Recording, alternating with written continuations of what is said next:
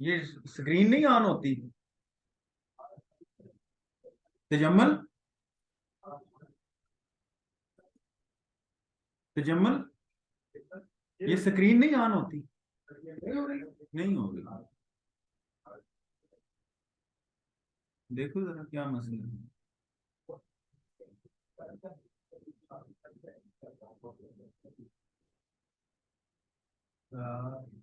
क्या हुआ? क्यों निकाला हुआ है? अब यार किसी को ये मीटिंग स्टार्ट हो गया। पता नहीं दिमाग खराब है उनके।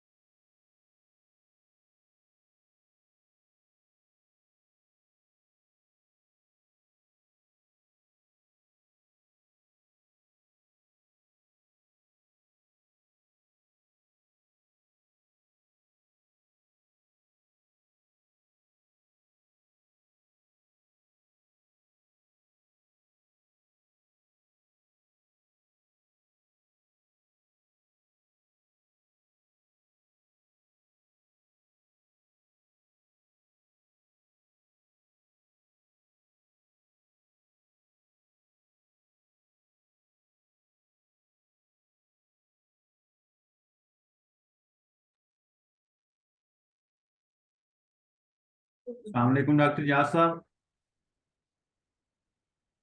डॉक्टर साहब आवाज आ रही है आपको?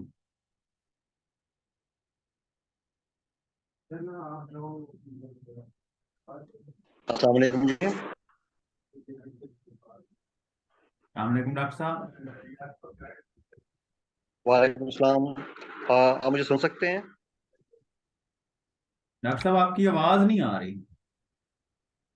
आप मुझे अनम्यूट करें ना, आपने म्यूट किया हुआ है मुझे।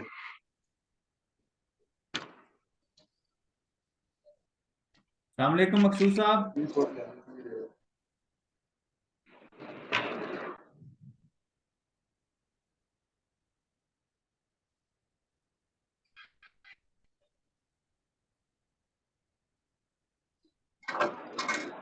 मकसूद साहब आवाज आ रही है ये तेल आपको? बदला रहे होगा यार। ये तेल बदलाओ तो बदलाओ ना तेल।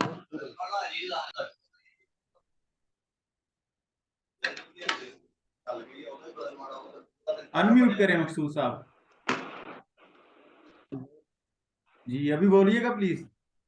उनकी क्या टेंशन है?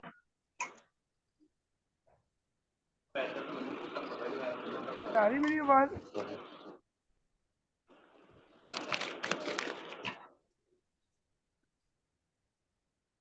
सब आगे आपके पास। बड़ी मेहरबानी सर, बड़ी मेहरबानी। डॉक्टर साहब ठीक हो? जैसे क्या हाल चाल है? ठीक है, वेलकम। सर बिल्कुल, बहुत मेहरबानी, खुश।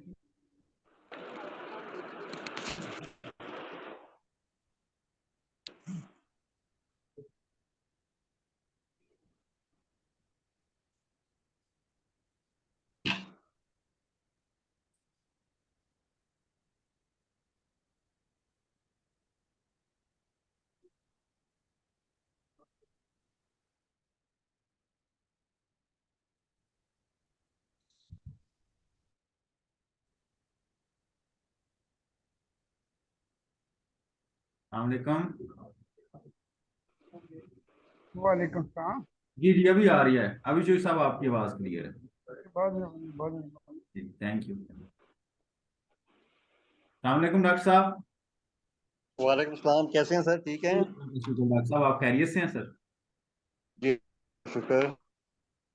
क्लियर है सर आपकी आवाज। अभी इंशाल्लाह 2-3 मिनट में शुरू करते हैं इसको वेबिनार।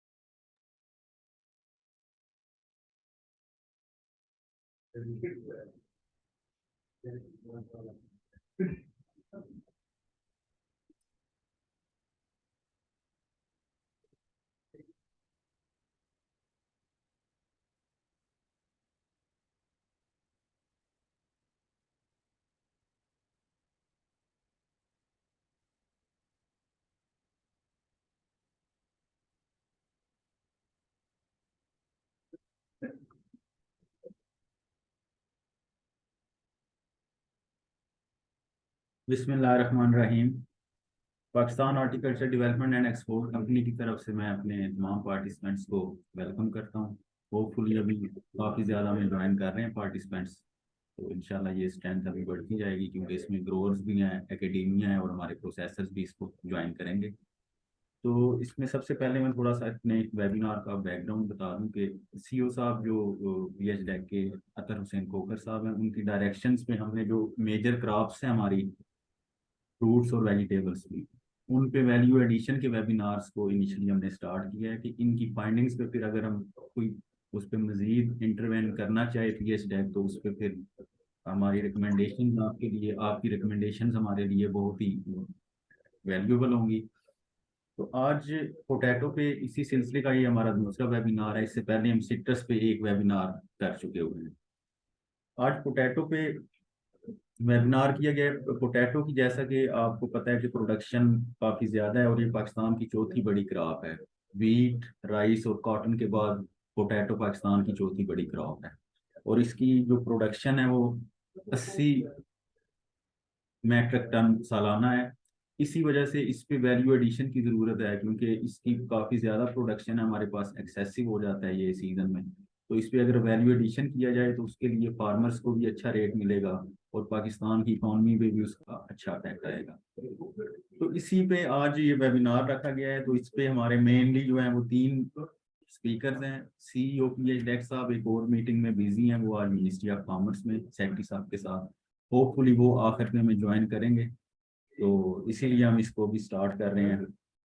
इसमें सबसे पहले जो हमारे पास प्रेजेंटेशन होगी वो बाबर शमरेज साहब, फूड टेक्नोलॉजिस्ट हैं, हज़ारा एग्रीकल्चर रिसर्च स्टेशन एबटाबाद में। वो वैल्यू एडिशन के ऊपर रोशनी डालेंगे कि वैल्यू एडिशन में अभी क्या कुछ पोटैटो में वैल्यू एडिशन पे काम हो चुका है और मज़ीद इस पे क्या काम किया जा सकता है। उसके बाद हमारा जो एक्सपर्ट ओपिनियन देंगे हमें, डॉक्टर एजाजुल हसन साहब हैं, डायरेक्टर हैं पोटैटो रिसर्च स्टेशन के। वो अपनी एक्सपर्ट ओपिनियन देंगे कि वैल्यू एडिशन पे कहाँ पे इंटरवेन किया जा सकता है गवर्नमेंट की तरफ से।